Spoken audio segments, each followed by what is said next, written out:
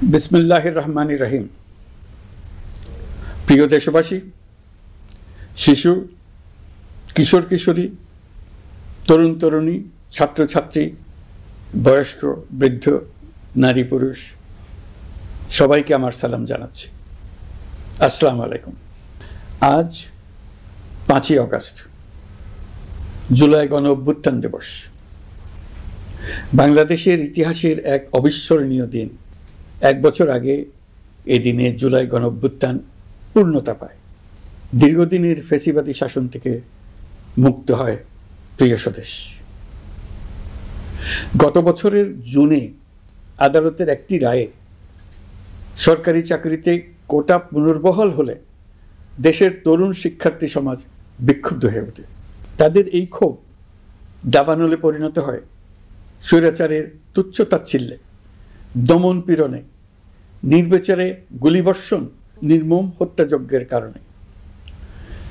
স্বৈরাচারী শাসকের নির্দেশে পরিচালিত হত্যাযজ্ঞের সামনে নির্ভীক চিত্তে দাঁড়িয়েছিল এদেশের ছাত্র, শ্রমিক, জনতা। তাদের সম্মুখভাগে ছিলেন আমাদের অদম্য নারীরা। দেশকে স্বৈরাচার মুক্ত করতে অকাতরে জীবন উৎসর্গ করেছেন তাঁরা। আজকের দিনে আমি জাতির সূর্য সন্তান জুলাই শহীদদের গভীর শ্রদ্ধার সঙ্গে স্মরণ করছি। জুলাইয়ে যারা আহত হয়েছেন, চিরতরে পঙ্গু হয়েছেন, দৃষ্টি হারিয়েছেন, জাতির পক্ষ থেকে আমি তাদের প্রতি শ্রদ্ধা ও কৃতজ্ঞতা জানাচ্ছি। প্রিয় দেশবাসী, গত 1 বছরে আমরা অনেক সংকট ও সম্ভাবনার মধ্য দিয়ে পার করেছি। অনেক ঘটনা, দুর্ঘটনা আমাদের গভীরভাবে বেদনাহত করেছে। সর্বশেষ মাইলস্টোন কলেজে বিমান বিধ্বস্ত হয়ে ঝরে গেছে আমাদের কোমলমতি শিশুসহ বেশ কিছু মানুষের প্রাণ। আগুনে পুড়ে আহত হয়েছেন অনেকেই। এই ঘটনা আমাদের সবাইকে শোকস্তব্ধ করে দিয়েছে। এই দুর্ঘটনায় নিহতদের আত্মার শান্তি কামনা করছি। যারা এখনো হাসপাতালে চিকিৎসাধীন তাদের দ্রুত আরোগ্য কামনা করছি। এই ভয়াবহ দুর্ঘটনার পর সিঙ্গাপুর, চীন, ভারত সহ কয়েকটি দেশের যে সকল চিকিৎসক এবং নার্স আহতদের সেবায় অক্লান্ত পরিশ্রম করেছেন তাদের প্রতি কৃতজ্ঞতা জানাচ্ছি। যারা রক্ত দিয়ে আহতদের পাশে দাঁড়িয়েছেন কৃতজ্ঞতা জানাচ্ছি তাদের প্রতিও। প্রিয় দেশবাসী, জুলাই অভ্যুত্থানের পর আমরা অনেক দূর পথ অতিক্রম করে এসেছি। আমাদের জাতীয় জীবনে শান্তি শৃঙ্খলা ফিরে এসছে, অর্থনীতিতে গতিশীলতা এসছে, সংকট দূর হয়েছে। মাত্র কয়েকদিন আগে যুক্তরাষ্ট্রের সঙ্গে আমরা সফলতার সঙ্গে শুল্ক আলোচনা সমাপ্ত করেছি। এর ফলে আমাদের অর্থনীতির সম্ভাবনা বহুগুণ বেড়ে গিয়েছে। যখন 1 বছর আগে আমাদের অন্তর্বর্তীকালীন সরকার 16 বছর ব্যাপী একটানা ধ্বংসযজ্ঞ এবং লুটপাটে বিধ্বস্ত এক অর্থনীতির দায়িত্ব নিয়েছিলাম, তখন কারোরই মনে হচ্ছিল না এই বিধ্বস্ত অর্থনীতিকে আবার সহজে চালু করা যাবে। মাত্র 1 বছরের মধ্যে আমরা প্রতিশ্রুতি দিয়েছিলাম 2026 সালের জুনের মধ্যে দেশের আগামী জাতীয় সংসদ নির্বাচন আয়োজন করব। তবে নির্বাচনের আগে আমাদের অত্যাবশ্যকীয় কয়েকটি কাজ সম্পন্ন করতে হবে। এর মধ্যে অন্যতম হল জুলাই ঘোষণাপত্র ও জুলাই সনদ। আজ জুলাই গণ অভ্যুত্থান দিবসে সকল রাজনৈতিক দলকে সঙ্গে নিয়ে আমরা জাতির কাছে জুলাই ঘোষণাপত্র উপস্থাপন করেছি। এই ঘোষণাপত্রে মহান মুক্তিযুদ্ধ সহ বাংলাদেশের মানুষের অতীতের বিভিন্ন ঐতিহাসিক ও গণতান্ত্রিক সংগ্রাম থেকে শুরু করে জুলাই অভ্যুত্থানের প্রেক্ষাপট বর্ণনা করা হয়েছে। আমাদের 3টি দায়িত্ব ছিল: সংস্কার, বিচার ও নির্বাচন। জুলাই অভ্যুত্থানের ছাত্র, শ্রমিক, জনতা দেয়ালে দেয়ালে যে প্রত্যাশার কথা লিখে রেখেছিল তার অন্যতম ফোকাস ছিল রাষ্ট্র ব্যবস্থার গণতান্ত্রিক সংস্কার। সেই লক্ষ্যে আমরা বেশ কয়েকটি সংস্কার কমিশন গঠন করেছিলাম। তাদের মধ্যে প্রধান প্রধান সংস্কার কমিশনগুলো যে সুপারিশ পেশ করেছে সেগুলোর মধ্যে স্বল্প সময়ের মধ্যে আশু বাস্তবায়নযোগ্য বহু সংস্কার আমরা ইতিমধ্যে সম্পন্ন করেছি। এই সংস্কারগুলোর মাধ্যমে অর্থনৈতিক খাত, বিচার ব্যবস্থা ও জনপ্রশাসনে গতিশীলতা আসবে। স্বচ্ছতা ও জবাবদিহিতা বহুলাংশে বৃদ্ধি পাবে, দুর্নীতি, অনিয়ম ও হয়রানি হ্রাস পাবে। দীর্ঘমেয়াদী সংস্কার কাজ বাস্তবায়নের লক্ষ্যে আমরা জাতীয় ঐকমত্য কমিশন গঠন করেছিলাম। এই কমিশনে 30টিরও অধিক রাজনৈতিক দল ও জোট স্বতঃস্ফূর্তভাবে অংশগ্রহণ করেছে, তাদের মতামত দিয়েছে। প্রাথমিক পর্যায়ে ঐকমত্য কমিশন 166টি সুপারিশ নিয়ে 30টির বেশি রাজনৈতিক দলের সঙ্গে প্রায় 2 মাস ধরে দলগত ও জোটগতভাবে আলোচনা করেছিল।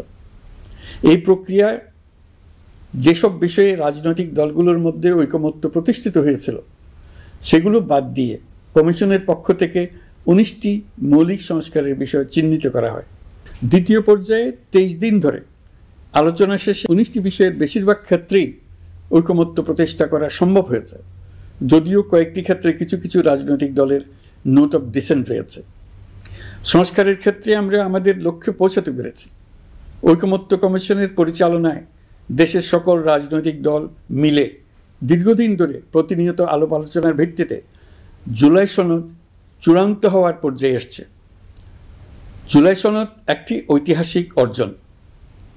এটা শুধু আমাদের রাজনৈতিক ইতিহাসে নয়, বৃহত্তর পরিমণ্ডলের রাজনৈতিক ইতিহাসেও স্মরণীয় হয়ে থাকবে। দলিল তো স্মরণীয় হয়ে থাকবেই, এটা রচনার প্রক্রিয়াও স্মরণীয় হয়ে থাকবে।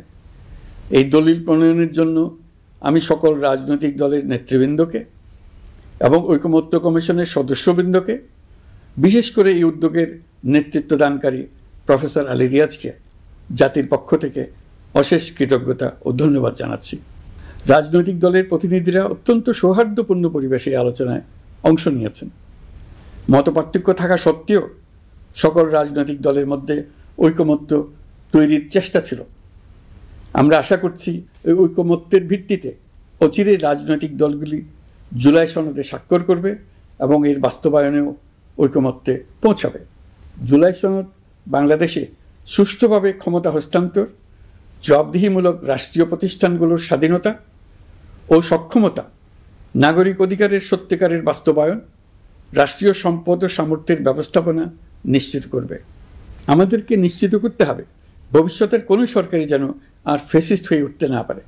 রাষ্ট্রকে এমনভাবে মেরামত করতে হবে যাতে কখনো কোথাও ফ্যাসিবাদের লক্ষণ পাওয়া গেলেই সেটিকে যেন তাৎক্ষণিকভাবে সেখানেই নির্মূল করা যায়, আর যেন 16 বছরের জন্য অপেক্ষা করতে না হয়, বহু মানুষকে প্রাণ দিতে না হয়, আমাদের যেন আরেকটি গণ অভ্যুত্থানের প্রয়োজন না হয়। জুলাই আগস্টের মানবতা বিরোধী অপরাধ মামলায় বিচার কাজ দৃঢ়ভাবে এগিয়ে চলেছে। বিচারের আনুষ্ঠানিক শুনানি পর্বও শুরু হয়েছে। ইতিহাসের নির্মম হত্যাযজ্ঞে যারা জড়িত তাদের বিচার এদেশের মাটিতে হবেই। বিচার প্রক্রিয়া ও এর ফলাফল ক্রমান্বয়ে মানুষের কাছে প্রকাশিত হতে থাকবে। বিচারের পুরো প্রক্রিয়া দেশবাসীর কাছে স্বচ্ছ ও দৃশ্যমান রাখা হচ্ছে। এবার আমাদের সর্বশেষ দায়িত্ব পালনের পালা, নির্বাচন অনুষ্ঠান। আজ এই মহান দিবসে আপনাদের সামনে এই বক্তব্য রাখার পর থেকেই আমরা আমাদের সর্বশেষ এবং সবচাইতে গুরুত্বপূর্ণ অধ্যায়ে প্রবেশ করব। আমরা এবার একটা নির্বাচিত সরকারের কাছে দায়িত্ব হস্তান্তরের প্রক্রিয়া শুরু করব। অন্তর্বর্তী সরকারের পক্ষ থেকে আমি প্রধান নির্বাচন কমিশনারের কাছে চিঠি পাঠাবো যেন নির্বাচন কমিশন আগামী রমজানের আগে 2026 সালের ফেব্রুয়ারি মাসে জাতীয় নির্বাচন অনুষ্ঠানের আয়োজন করেন। আপনারা সকলেই দোয়া করবেন যেন সুন্দরভাবে নির্বাচন অনুষ্ঠান করে এদেশের সকল নাগরিক একটি নতুন বাংলাদেশ গড়ার কাজে সফলভাবে এগিয়ে যেতে পারে। আমরা সরকারের পক্ষ থেকে এই নির্বাচন যাতে সুষ্ঠু, শান্তিপূর্ণ এবং উৎসবমুখরভাবে সম্পন্ন করা যায় সেজন্য সকল প্রকার সাহায্য সহযোগিতা প্রদান করব। এবারের নির্বাচন যেন আনন্দ উৎসবের দিক থেকে, শান্তি শৃঙ্খলার দিক থেকে, ভোটার উপস্থিতির দিক থেকে, সৌহার্দ্য ও আন্তরিকতার দিক থেকে দেশের ইতিহাসে স্মরণীয় হয়ে থাকে। সেই জন্য সকল আয়োজন সম্পন্ন করতে আগামীকাল থেকে আমরা সকলেই মানসিক প্রস্তুতি ও প্রাতিষ্ঠানিক আয়োজন শুরু করব। নির্বাচনে ভোটারদের সম্পর্কে দুই একটা কথা বলতে চাই। এবার আমরা প্রবাসী ভোটারদের ভোট দেওয়ার আয়োজন নিশ্চিত করতে চাই। অর্থনৈতিক দিক থেকে সম্পূর্ণ বিধ্বস্ত বাংলাদেশ যে আবার দ্রুত ঘুরে দাঁড়াতে পেরেছে, তার বড় কারণ হলো আমাদের রেমিটেন্স যোদ্ধাদের ঐতিহাসিক অবদান। নির্বাচনে তাদের অংশগ্রহণ নিশ্চিত করার জন্য নির্বাচন কমিশন প্রস্তুতি নিচ্ছে। নারী ভোটাররা যেন দেশের সর্বত্র নির্দ্বিধায় আনন্দ উৎসাহ সহকারে তাদের ভোট দিতে পারে, এটা নিশ্চিত করতে চাই। এবার যেন কেন্দ্রে কেন্দ্রে নারী ভোটারদের ঢল নামে, আমরা সেই লক্ষ্যে সমস্ত ব্যবস্থা গ্রহণ করব। দেশের মানুষের ভোটাধিকার কেড়ে নেবার কারণে গত 15 বছর ধরে নাগরিকবৃন্দ ভোট দিতে পারেনি। এবারের নির্বাচনে আমরা আমাদের বকেয়া আনন্দ সহ মহা আনন্দে ভোট দিতে চাই। এবারের নির্বাচনে জীবনে প্রথমবার ভোট দিতে যাবে এরকম ভোটাররা নানা উৎসবের মধ্য দিয়ে ভোট কেন্দ্রে যাবে, তাদের এই দিনটি স্মরণীয় করে রাখার জন্য। এর মধ্যে নতুন নারী ভোটার থাকবে, নতুন পুরুষ ভোটার থাকবে, এর মধ্যে এমন ভোটার থাকবে যারা 15 বছর আগে থেকেই ভোট দিতে পারত কিন্তু জীবনে একবারও ভোট দিতে পারেনি। এর মধ্যে আসবে যারা 10 বছর আগে, 5 বছর আগে ভোট দিতে পারত কিন্তু পারেনি। আর আসবে ভাগ্যবান ও ভাগ্যবতীর দল, যারা এই প্রথমবার ভোটার হওয়ার যোগ্যতা লাভ করলো এবং সঙ্গে সঙ্গে ভোট দেওয়ার সুযোগও পেয়ে গেল। নির্বাচনের দিনকে আমরা ঈদের উৎসবের মতো করতে চাই। এবারের ভোটের আনন্দ থাকবে সবার মধ্যে। আপনারা সবাই বাচ্চা কাচ্চাদের নিয়ে ভোট কেন্দ্রে যাবেন। নাগরিক অধিকার প্রয়োগের মহা আনন্দ পরবর্তী বংশধরদের কাছে তুলে ধরার জন্য এখন থেকে প্রতিদিন আলাপ আলোচনা করুন। আপনার এলাকায় ভোটদান ব্যবস্থা কেমন হলে সুন্দর হয়, কেমন হলে আনন্দমুখর হয়, সেটা আগে থেকে ঠিক করার জন্য। নতুন বাংলাদেশ গড়ার কাজের ভিত্তি রচনা হবে এবারের নির্বাচনে, তার জন্য প্রস্তুতি নিন। প্রিয় দেশবাসী, দেশের ইতিহাসে এখন পর্যন্ত যতগুলো বড় সংঘাত, সহিংসতার ঘটনা ঘটেছে তার সবগুলোর নেপথ্য কারণ ছিল ত্রুটিপূর্ণ নির্বাচন। ত্রুটিপূর্ণ নির্বাচনের মধ্য দিয়ে কোনো দল যদি গায়ের জোরে নির্বাচিত হয়ে ক্ষমতায় আসে, তার চূড়ান্ত পরিণতি কী তার জুলাই অভ্যুত্থান আমাদের দেখিয়ে দিয়েছে। আমরা ইতিহাসের কলঙ্কিত কোনো অধ্যায়ের পুনরাবৃত্তি আর করতে চাই না। আপনারা প্রত্যেকেই অবগত আছেন, একটা গোষ্ঠী নির্বাচনকে বাধাগ্রস্ত করার জন্য উন্মুখ হয়ে আছে। তারা দেশের গণতান্ত্রিক অগ্রযাত্রাকে ব্যাহত করতে দেশের বাইরে বসে ভেতরে থেকে নানা অপচেষ্টায় লিপ্ত রয়েছে। আমাদেরকে অবশ্যই খেয়াল রাখতে হবে তারা যেন নির্বাচনকে সংঘাতময় করে তোলার কোনো রকমের সুযোগ না পায়। মাথায় রাখবেন, পরাজিত শক্তি নির্বাচনের আগ পর্যন্ত বারবার মাথাচাড়া দিয়ে ওঠার চেষ্টা করবে, কিন্তু একটি অবাধ, সুষ্ঠু, নিরপেক্ষ নির্বাচন সফলভাবে আয়োজন করা গেলে অপশক্তির পরাজয় চূড়ান্ত হবে। নির্বাচন সংক্রান্ত বিষয়ে প্রতিনিয়ত পরামর্শ নেওয়ার জন্য আমরা প্রযুক্তির সাহায্য নেব। এই জন্য একটি অ্যাপ তৈরির উদ্যোগ নিচ্ছি। দ্রুত এই অ্যাপটি চালু হবে। আপনারা আপনাদের সকল পরামর্শ, সকল মতামত, সকল আশঙ্কা এবং উদ্যোগের কথা এই অ্যাপের মাধ্যমে আমাদেরকে জানাবেন। আমরা তা যথাযথ কর্তৃপক্ষকে জানিয়ে দেব, সমস্যা সমাধানের জন্য ব্যবস্থা নেব। রাজনৈতিক দলগুলোর প্রতি আমার আহ্বান থাকবে, আপনাদের নির্বাচনী ইশতেহারে, আপনাদের প্রতিশ্রুতি, প্রতিজ্ঞা, পরিকল্পনায় কোনো কিছুতেই যেন তরুণরা বাদ না পড়ে, নারীরা বাদ না পড়ে। মনে রাখবেন, যে তরুণ তরুণীরা বাংলাদেশকে বদলে দিয়েছে তারা বিশ্বকেও বদলে দেওয়ার ক্ষমতা রাখে। আপনার দল থেকে তাদেরকে সেই সুযোগ দেওয়ার উদ্যোগ নেন। আগামী নির্বাচনে সবাই নিরাপদে যার যার পছন্দের প্রার্থীকে ভোট দেবে, এটা নিয়ে কারো কোনো আপত্তির সুযোগ রাখা যাবে না। আমরা সবাই সবার পছন্দের প্রতি সম্মান দেখাবো, এটাই হোক আমাদের প্রতিজ্ঞা। প্রিয় দেশবাসী, আপনারা জানেন সরকার দায়িত্ব গ্রহণের পরপরই দেশের দক্ষিণ ও উত্তরাঞ্চলে যে ভয়াবহ বন্যা পরিস্থিতি তৈরি হয়েছিল তা ফসল উৎপাদনে ব্যাপক ক্ষতি সাধন করেছে। এর ফলে নিত্য প্রয়োজনীয় পণ্যের মূল্যবৃদ্ধির আশঙ্কা হয়েছিল। তবে সংশ্লিষ্ট প্রতিষ্ঠান ও কর্তৃপক্ষের যথাযথ পদক্ষেপ, নজরদারি ও মধ্যস্বত্বভোগীদের দৌরাত্ম্য কমানোর ফলে এটি এড়ানো গেছে। বিশেষ করে এবছরের পবিত্র মাহে রমজান মাস থেকে শুরু করে এখন পর্যন্ত বাজার পরিস্থিতি স্থিতিশীল রয়েছে। মূল্যস্ফীতির নিয়ন্ত্রণ ছিল আমাদের জন্য সবচেয়ে বড় চ্যালেঞ্জ। ভঙ্গুর অর্থনীতি ও বন্যার কারণে খাদ্য মূল্যস্ফীতি হয়েছিল প্রায় 14%। এখন সেটা অর্ধেকে নেমে এসছে। আমরা আশা করছি ডিসেম্বরের মধ্যে এটা 6% নেমে আসবে। এই জুন মাসে দেশের সার্বিক মূল্যস্ফীতি কমে 8.48% হয়েছে, যা বিগত 35 মাসের মধ্যে সর্বনিম্ন। এই নিয়ে 4 মাস ধরে সার্বিক মূল্যস্ফীতি ক্রমান্বয়ে কমেছে। বর্তমান অন্তর্বর্তীকালীন সরকারের প্রতি প্রবাসীদের অসীম আস্থার ফলে মুদ্রাবাজারেও স্থিতিশীলতা ফিরে এসছে। গত অর্থ বছরে ব্যাংকিং চ্যানেলে রেকর্ড $3033 কোটি প্রবাসী আয় দেশে এসছে। রপ্তানি আয়ে প্রায় 9% প্রবৃদ্ধি হয়েছে। এর ফলে টাকা শক্তিশালী হয়েছে। অনেক বছর পর ডলারের বিপরীতে টাকার মান বাড়ছে। গত 11 মাসে বৈদেশিক পাওনাদারদের পাওনা সুদ ও আসল বাবদ $4 বিলিয়ন অর্থাৎ $400 কোটি অর্থ পরিশোধ করা হয়েছে, যা এ যাবৎকালের সর্বোচ্চ। আগের বকেয়া আদায় পরিশোধের পরও বৈদেশিক মুদ্রার রিজার্ভ বাড়ছে। আগামীতে এই ধারা বজায় থাকবে বলে আমরা আশা করি। বিদেশি বিনিয়োগ বৃদ্ধিতে বিভিন্ন উদ্যোগ নেওয়ার ফলে এই বছরের প্রথম 3 মাসে বিদেশি বিনিয়োগ এসছে $10,500 কোটি। গত বছরের একই সময়ের তুলনায় এটা দ্বিগুণেরও বেশি। আর অক্টোবর থেকে হিসাব করলে 6 মাসে ফরেন ডাইরেক্ট ইনভেস্টমেন্ট এসছে $16,500 কোটি, যা গত সরকারের আমলের শেষ 6 মাসের তুলনায় দ্বিগুণ। কর্মসংস্থান সৃষ্টি অন্তর্বর্তীকালীন সরকারের অন্যতম বড় লক্ষ্য। সম্প্রতি হংকং ভিত্তিক শিল্পগোষ্ঠী হান্ডা বাংলাদেশের বস্ত্র ও তৈরি পোশাক খাতে $250 মিলিয়ন বিনিয়োগের প্রতিশ্রুতি নিয়ে এসছে, যা এই খাতে চীনা কোনো কোম্পানির একক সর্বোচ্চ বিনিয়োগ। তাদের এই বিনিয়োগের ফলে 25,000 লোকের কর্মসংস্থান হবে। আমরা দৃঢ়ভাবে বিশ্বাস করি হান্ডার এই বিনিয়োগ আরও চীনা কোম্পানিকে এই দেশে বিনিয়োগের জন্য উৎসাহিত করবে। এর মাধ্যমে আমাদের তরুণ তরুণীদের কর্মসংস্থানের পথ খুলবে। গত 16 বছরে দেশ থেকে যে বিপুল পরিমাণ অর্থ পাচার হয়ে গিয়েছে, আমরা সেটা ফিরিয়ে আনার উদ্যোগ নিয়েছি।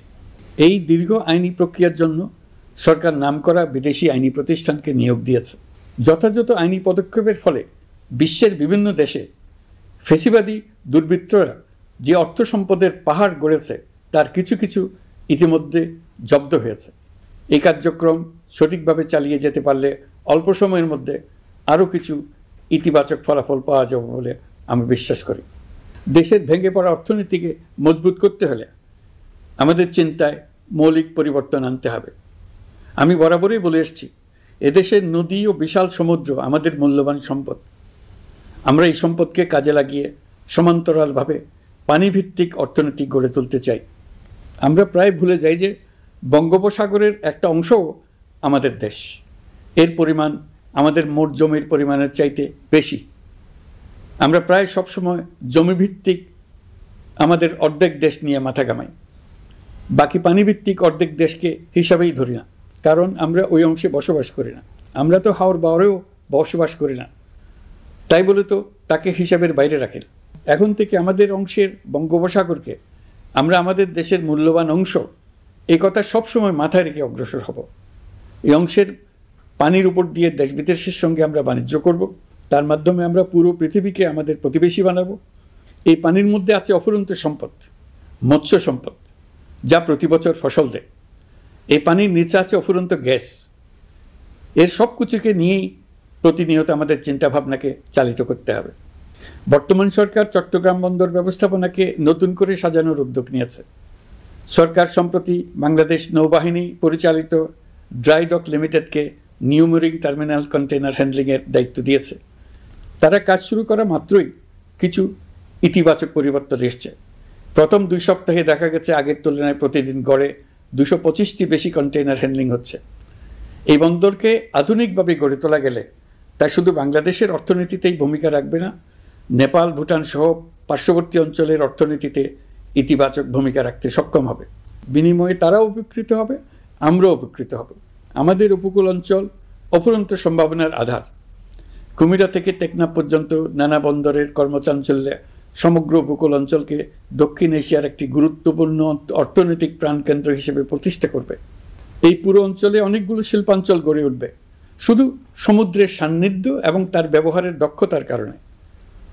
সমুদ্র উপকূলীয় অঞ্চলের সম্পদ ও পরিবেশের টেকসই ব্যবহার নিশ্চিত করতে আমাদের বন্ধু দেশগুলোর সঙ্গে আলোচনা শুরু করেছি, তারা উৎসাহ সহকারে সাড়া দিয়েছেন। গভীর সমুদ্রকে আমরা এখনও আমাদের কল্যাণে কাজে লাগাতে পারিনি। একে কেন্দ্র করে আমরা মাছ পালন, আহরণ ও প্রক্রিয়াজাতকরণের শিল্প গড়ে তুলতে কাজ শুরু করেছি। এতে করে লক্ষ লক্ষ মানুষের কর্মসংস্থান হবে, আমাদের অর্থনীতি নতুন শক্তিতে বলীয়ান হবে। প্রিয় দেশবাসী, প্রবাসী বাংলাদেশিদের জন্য ভিসা সংক্রান্ত জটিলতা দূর করতে আমরা গভীরভাবে কাজ করে যাচ্ছি। বাংলাদেশি নাগরিকদের জন্য আরব আমিরাত পুনরায় ভিসা চালু করেছে। মালয়েশিয়া কর্তৃপক্ষ বাংলাদেশি কর্মীদের জন্য প্রথমবারের মতো মাল্টিপল এন্ট্রি ভিসা চালু করেছে। অন্যান্য দেশের সঙ্গেও ভিসা জটিলতা কীভাবে কমিয়ে আনা যায় এ নিয়ে আমরা কাজ করে যাচ্ছি। আগামী 5 বছরে জাপানে অন্তত 1 লক্ষ বাংলাদেশি তরুণদের পাঠানোর প্রস্তুতি শুরু করেছি। তরুণদের সেখানে পাঠানোর জন্য বিশেষ প্রশিক্ষণ, অন্যান্য ব্যবস্থাও আমরা নিতে শুরু করেছি। এর পাশাপাশি আমরা ইতালি, দক্ষিণ কোরিয়া, সার্বিয়া সহ বিভিন্ন দেশে দক্ষ কর্মীদের পাঠানোর উদ্যোগ নিয়েছি। সৌদি আরব, জর্ডান, ওমান সহ বিভিন্ন দেশে নথিপত্রের কারণে যে প্রবাসীরা ইরেগুলার হয়ে গিয়েছিলেন তাদেরকে রেগুলারাইজ করার জন্য ব্যবস্থা নিয়েছে। আমরা বিভিন্ন দেশের সঙ্গে বিদ্যমান চুক্তিগুলোকে পর্যালোচনা করে দেখছি যাতে আমাদের প্রবাসী ভাই বোনদের জন্য সেগুলো স্বস্তিদায়ক হয়। দেশে এবং দেশের বাইরে বাংলাদেশের নাগরিকরা যে যেখানে অবস্থান করছে তারা যাতে সব ধরনের নাগরিক সুবিধা পান, আমরা সেই বিষয়ে উদ্যোগ নিয়েছি। চলতি বছর আমাদের নানা উদ্যোগের ফলে প্রায় 87,000 বাংলাদেশি সুষ্ঠুভাবে হজ পালন করতে পেরেছেন। হজের ব্যয়ও অন্যান্য বছরের তুলনায় আমরা কমিয়ে আনতে পেরেছি। হাজিরা যাতে নির্বিঘ্নে হজ সম্পন্ন করতে পারে সেজন্য লাব্বায়েক নামে অ্যাপ চালু করেছে, যার মাধ্যমে ঘরে বসেই হাজিদের আত্মীয় স্বজন, পরিবার পরিজন তাদের অবস্থান প্রতি মুহূর্তে জানতে পেরেছেন। এই বছর দক্ষিণ এশিয়ার অন্যান্য দেশগুলোতেও আমাদের হজ ব্যবস্থাপনা প্রশংসিত হয়েছে। আগামী বছরের হজ ব্যবস্থাপনা যেন আরও নির্বিঘ্নে সম্পন্ন করা যায় সেজন্য মন্ত্রণালয় এখন থেকেই প্রস্তুতি নিতে শুরু করেছে। প্রিয় দেশবাসী, জুলাই গণঅভ্যুত্থানে তরুণ শিক্ষার্থীদের পাশে ঢাল হয়ে দাঁড়িয়েছিলেন আমাদের বাবা মা ও শিক্ষকরা। আমাদের বাবা মায়েরা তাদের সন্তানকে বহু কষ্টে বড় করে বিশ্ববিদ্যালয়ে পাঠায়। লেখাপড়া শেষ করে অনেক ছাত্র অসুস্থ হয়ে বের হয়। এর কারণ আবাসিক হলের নোংরা পরিবেশ, খাবারের নিম্নমান, তার উপর দলীয় সন্ত্রাসীদের দমনপীড়ন। বিশ্ববিদ্যালয়ে পড়াশোনার পরিবর্তে প্রতিদিন শিক্ষার্থীদের জোর করে রাজনৈতিক দলের প্রোগ্রামে নিয়ে যাওয়া হতো। প্রশাসন ও শিক্ষকরা সবই জানতেন, অথচ কেউ এটি থামাতে পারেননি, চেষ্টাও করেননি। কারণ শিক্ষকদের একটি বড় অংশ প্রমোশনের জন্য, সুবিধার জন্য দলীয় রাজনীতিতে জড়িত ছিলেন, নিপীড়কের ভূমিকায় ছিলেন। প্রতিটি বিশ্ববিদ্যালয়ের আবাসিক হলগুলোতে দলীয় সন্ত্রাসীদের নিয়ন্ত্রণ আর অমানসিক নির্যাতন চলত। সেখানে গড়ে তোলা হয়েছিল টর্চার সেল। অন্তর্বর্তী সরকার প্রতিশ্রুতিবদ্ধ যে আমরা আর কখনো শিক্ষা প্রতিষ্ঠানগুলোকে এমন কোনো রাজনীতি দ্বারা কলুষিত হতে দেব না যা পড়াশোনার পরিবেশ নষ্ট করে, তরুণদের জীবন ধ্বংস করে। বাবা মায়েদের যেন সন্তানকে বিশ্ববিদ্যালয়ে পড়তে পাঠিয়ে আর কখনো শঙ্কায় থাকতে না হয়। বর্তমান সরকার দায়িত্ব গ্রহণের পরপরই শিক্ষা ব্যবস্থার উন্নতির জন্য ধারাবাহিকভাবে পরামর্শ কমিটির সঙ্গে বৈঠক করেছে, বিভিন্ন উদ্যোগ হাতে নিয়েছে। বিদ্যালয়গুলোতে শিক্ষার মান কীভাবে বাড়ানো যায় সে বিষয়ে বিভিন্ন উদ্যোগ নেওয়া হচ্ছে। সরকার কিছুদিন আগে সারা দেশের সরকারি প্রাথমিক বিদ্যালয়ের সব প্রধান শিক্ষকের বেতনের গ্রেড 1 ধাপ বাড়িয়ে 10ম গ্রেড করার সিদ্ধান্ত নিয়েছে। এটি একটি যুগান্তকারী সিদ্ধান্ত। প্রাথমিক বিদ্যালয়গুলিতে শূন্য পদে 6,500 প্রধান শিক্ষক নিয়োগের প্রক্রিয়া চলছে। প্রাথমিকের পড়াশোনার পদ্ধতিগত পরিবর্তনের দিকেও আমরা মনোযোগ দিচ্ছি। সব স্কুলে ইন্টারনেট সংযোগ ও মাল্টিমিডিয়া শ্রেণীকক্ষ তৈরির নির্দেশ দেওয়া হয়েছে। পার্বত্য চট্টগ্রামে কমপক্ষে 100টি স্কুলে এবছরের মধ্যেই ই-লার্নিং চালু হবে। ঢাকা চট্টগ্রামের অভিজ্ঞ শিক্ষকরা প্রযুক্তির সহায়তায় এসব স্কুলে শিক্ষকতা করে সেখানকার শিক্ষক ঘাটতি পূরণ করবেন। যেসব এলাকায় বিদ্যুতের ঘাটতি রয়েছে সেখানে সোলার প্যানেল বসিয়ে বিদ্যুতের ঘাটতি নিরসন এবং মোবাইল নেটওয়ার্ক ও স্টারলিং পরিষেবা ব্যবহার করে এই সংকট মোকাবেলা করা হচ্ছে। স্কুলগুলোতে মেয়েদের জন্য বিশেষ ব্যবস্থা গ্রহণ করে তাদের পড়াশোনার উপযোগী করে তোলা হচ্ছে। স্কুলের অবকাঠামোকে নারীবান্ধব করে তুলতে স্কুল ভবন নির্মাণের সময় কমিটিতে নারী স্থপতি রাখার নিয়ম করা হয়েছে। আমাদের লক্ষ্য হলো স্কুল ভবনের ডিজাইন থেকে শুরু করে পড়াশোনার পরিবেশ, চিন্তাভাবনায় মেয়েদেরকে বিশেষভাবে গুরুত্ব দেওয়া, যাতে তারা ব্যক্তিগত নিরাপত্তা ও স্বাস্থ্যের দিক থেকে স্বস্তিদায়ক পরিবেশে পড়াশোনা করতে পারে। প্রিয় দেশবাসী, জুলাই গণ অভ্যুত্থানে শহীদ ও আহত যোদ্ধাদের জন্য আমরা নিরলসভাবে কাজ করে যাচ্ছি। এখন পর্যন্ত 775টি শহীদ পরিবারকে প্রায় 100 কোটি টাকার সঞ্চয়পত্র ও মাসিক ভাতা বাবদ ব্যাংক চেক দেওয়া হয়েছে। অবশিষ্ট যারা আছেন তাদেরও কয়েকটি আইনগত বিষয় নিষ্পত্তি সাপেক্ষে সঞ্চয়পত্র দেওয়ার প্রক্রিয়া চলছে। এর পাশাপাশি আহত 13,800 জন জুলাই যোদ্ধাকে 3টি ক্যাটাগরিতে নগদ টাকা ও চেক বাবদ 153 কোটি 4 লাখ টাকা প্রদান করা হয়েছে। 78 জন অতি গুরুতর আহত জুলাই যোদ্ধাকে সিঙ্গাপুর, থাইল্যান্ড, তুরস্ক এবং রাশিয়ার উন্নত চিকিৎসার জন্য পাঠানো হয়েছে এবং চিকিৎসা ব্যয় বাবদ এ পর্যন্ত প্রায় 100 কোটি টাকা ব্যয় হয়েছে। আহতদের পুনর্বাসনের জন্য সরকারের সবকটি মন্ত্রণালয়ের সম্মিলিত প্রচেষ্টায় বিভিন্ন ধরনের উদ্যোগ নেওয়া হচ্ছে। ফ্যাসিবাদী সরকারের আমলে দেশের শহরে বন্দরে হাজারো প্রতিষ্ঠান, সড়ক, সেতু, সেনানিবাস, যুদ্ধজাহাজ, স্কুল, কলেজ, বিশ্ববিদ্যালয়ের নাম পরিবর্তন করে স্বৈরাচার তার নিজের এবং নিজের পরিবারের সদস্যদের নামে চালু করেছিল। আমরা সব নাম পরিবর্তন করে আগের নাম বা মানানসই নাম করে দিয়েছি। প্রিয় দেশবাসী, অন্তর্বর্তীকালীন সরকার এমন এক অবস্থায় দেশের দায়িত্বভার গ্রহণ করেছিল যখন প্রতিটি গণতান্ত্রিক প্রতিষ্ঠান, অফিস, আদালত বিধ্বস্ত অবস্থায় ছিল। আমাদের প্রথম এবং প্রাথমিক কাজ ছিল এই প্রতিষ্ঠানগুলো সংস্কার এবং পুনর্নির্মাণে হাত দেওয়া, আইনশৃঙ্খলা বাহিনী পুনর্গঠন, অর্থনীতি পুনরুদ্ধার, আইন আদালত, নির্বাচন কমিশন সহ যাবতীয় গণতান্ত্রিক প্রতিষ্ঠানকে সচল করা এবং নাগরিকদের নিকট দায়বদ্ধ করে তোলা। রক্তাক্ত জুলাই ছিল স্বৈরাচারের বিরুদ্ধে তরুণদের পুঞ্জীবিত ক্ষোভের বহিঃপ্রকাশ। 16 বছর ধরে সরকারের স্বৈরাচারী আচরণের বিরোধিতা করে যতগুলো আন্দোলন হয়েছে, প্রতিটিতেই দলীয় সন্ত্রাসীরা অস্ত্র হাতে আন্দোলনকারীদের আক্রমণ করেছে। প্রতিটি আন্দোলনকেই দমন করার জন্য দলীয় সন্ত্রাসীরা সর্বোচ্চ আঘাত করেছে, যেখানে আইনশৃঙ্খলা বাহিনীকেও অংশ নিতে নির্দেশ দেওয়া হয়েছে অথবা দাঁড়িয়ে দর্শকের ভূমিকায় থাকতে বলা হয়েছে।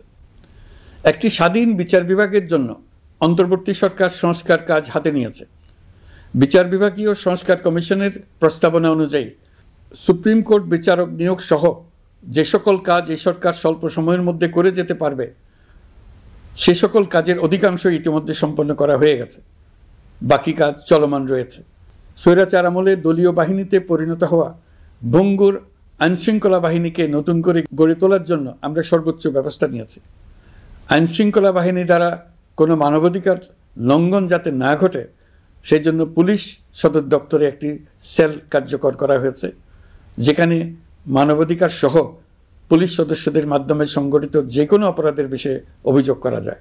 এই সমস্ত সেল অন্যান্য আইন প্রয়োগকারী সংস্থার প্রধান কার্যালয়ও স্থাপন করা হচ্ছে। আসামিদের জিজ্ঞাসাবাদ হবে স্বচ্ছ কাচের ঘরে। হাজতখানায় বন্দীদের মানবিক সেবা নিশ্চিত করা হবে। অভিযান পরিচালনার সময় পুলিশ যেন জিপিএস ট্র্যাকিং সিস্টেম ডিভাইস সহ বডি ক্যামেরা পরিধান করেন তা নিশ্চিত করা হবে। পুলিশ যেন আর কখনোই কোনো আন্দোলন দমনে প্রাণঘাতী অস্ত্র ব্যবহার করতে না পারে, সেই ব্যবস্থা নেওয়া হয়েছে। বেআইনি সমাবেশে বল প্রয়োগের ক্ষেত্রে জাতিসংঘের স্বীকৃত 5টি ধাপ অনুযায়ী পুলিশ সদস্যদের প্রশিক্ষণ দেওয়া হচ্ছে। সব মিলিয়ে স্বরাষ্ট্র মন্ত্রণালয়ের পুলিশ সংস্কার কমিশনের প্রস্তাব অনুযায়ী 16টি সংস্কার কাজ সম্পন্ন হয়েছে। আরও 43টি সংস্কার কাজ সমাপ্ত হওয়ার পথে। দেওয়ানি আইন, নারী ও শিশু নির্যাতন দমন আইন সহ বিভিন্ন আইনগত সংস্কার সম্পন্ন হয়েছে।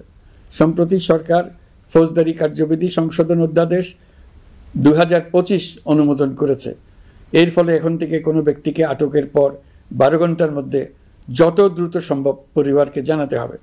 আটককৃত ব্যক্তিকে আইনজীবীর সঙ্গে সাক্ষাতের সুযোগ দিতে হবে। গ্রেপ্তারকৃত ব্যক্তি রিমান্ডের পর অসুস্থ বা আহত হলে তাকে ডাক্তার কর্তৃক পরীক্ষা করতে হবে এবং আঘাতের কারণ নিশ্চিত হতে হবে। তার প্রয়োজনীয় চিকিৎসা দিতে হবে।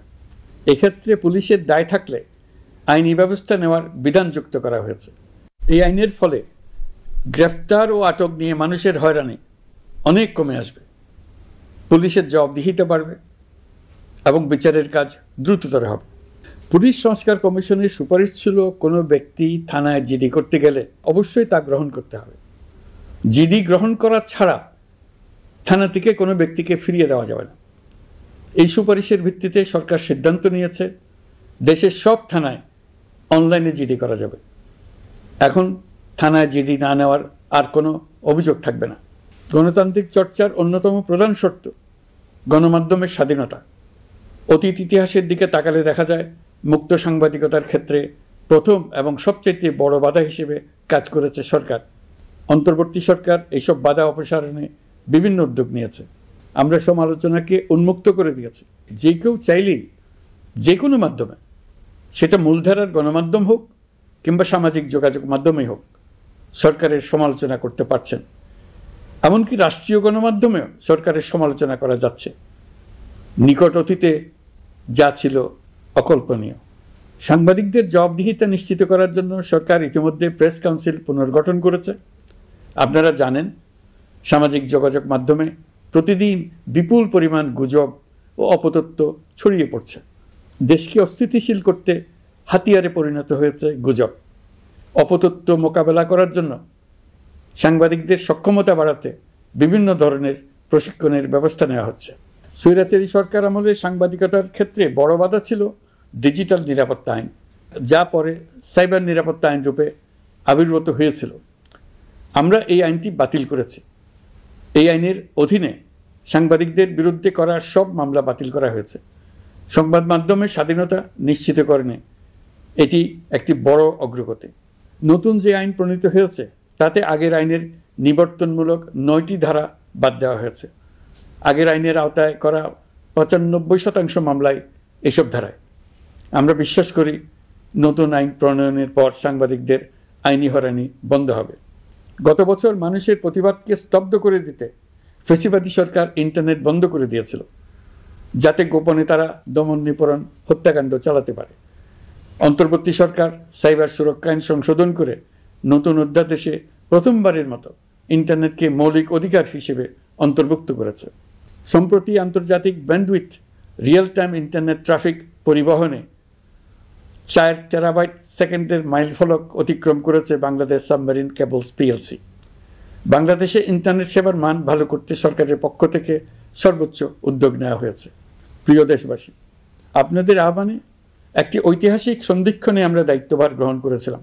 জুলাই অভ্যুত্থানের সৃষ্ট নতুন বাংলাদেশের যে অভূতপূর্ব সম্ভাবনা জাগ্রত হয়েছে, তাকে এগিয়ে নিতে আপনারা আমাদেরকে দায়িত্ব দিয়েছিলেন। গত 12 মাস ধরে আপনাদের সবাইকে সাথে নিয়ে জুলাইয়ের দাবি পূরণের চেষ্টা করে যাচ্ছি। আসুন আজ জুলাই গণ অভ্যুত্থান দিবসে প্রতিজ্ঞাবদ্ধ হই এই জাতিকে আমরা আর কখনো বিভক্ত হতে দেব না। আমরা সকল নাগরিকের প্রতি মর্যাদাশীল থাকব, তিনি যেই পরিচয়েরই হন না কেন। আমরা দৈনন্দিন জীবনে নানা ঘাত প্রতিঘাতে সাময়িকভাবে যদি পথভ্রষ্ট হয়েও পড়ি, প্রতি বছর জুলাই আমাদেরকে নতুন করে ঐক্যবদ্ধ হতে শক্তি যোগাবে। জুলাই তরুণদের উসিলায় জাতির আত্ম আবিষ্কারের মাস, ভুলভ্রান্তি শুধরে নেবার মাস, গর্তে পড়ে যাওয়ার প্রবণতা থেকে নিজেদেরকে রক্ষা করার মাস। জুলাই গ্রামে গঞ্জে, সরকারি বেসরকারি স্কুল কলেজে, বিশ্ববিদ্যালয়ে, ফসলের মাঠে, ঘরে বাড়িতে কিশোর কিশোরী তরুণ তরুণীদের কাছ থেকে তাদের আকাঙ্ক্ষাগুলো জেনে নেওয়ার মাস। নির্বাচন আসছে। যদি আপনি আপনার নির্বাচনী এলাকা থেকে দূরে বসবাস করেন, তবে এখন থেকে নিয়মিত নির্বাচনী এলাকা পরিদর্শন করুন, যাতে সেরা ব্যক্তিকে নির্বাচিত করতে আপনি প্রস্তুত হতে পারেন। যাদের তাজা রক্তের বিনিময়ে আমরা আমাদের এই অতি মূল্যবান অধিকার ফিরে পেলাম, ভোটটা দেওয়ার আগ মুহূর্তে যেন তাদের চেহারা আমাদের চোখে ভেসে ওঠে। ফেব্রুয়ারি বেশি দূরে নয়। নির্বাচন নিয়ে প্রস্তুতি নিতে নিতেই ভোটের দিন এসে পড়বে। বহু বছর আমরা কেউ ভোট দিতে পারিনি। এবার আমরা সবাই ভোট দেব, কেউ বাদ যাবে না। সবাই যেন বলতে পারি, নতুন বাংলাদেশ গড়ার পথে দেশকে রওনা করার জন্য আমি আমার ভোটটা দিয়েছিলাম। আমার ভোটেই দেশটা সে পথে রওনা হতে পেরেছিল। জুলাই গণ অভ্যুত্থান দিবসে সকল নাগরিকের কাছে আমার আহ্বান, আসুন নতুন বাংলাদেশ গড়ার প্রথম বড় পরীক্ষায় সফলভাবে উত্তীর্ণ হই। মহান আল্লাহ আমাদের সহায় হন। আল্লাহ হাফেজ।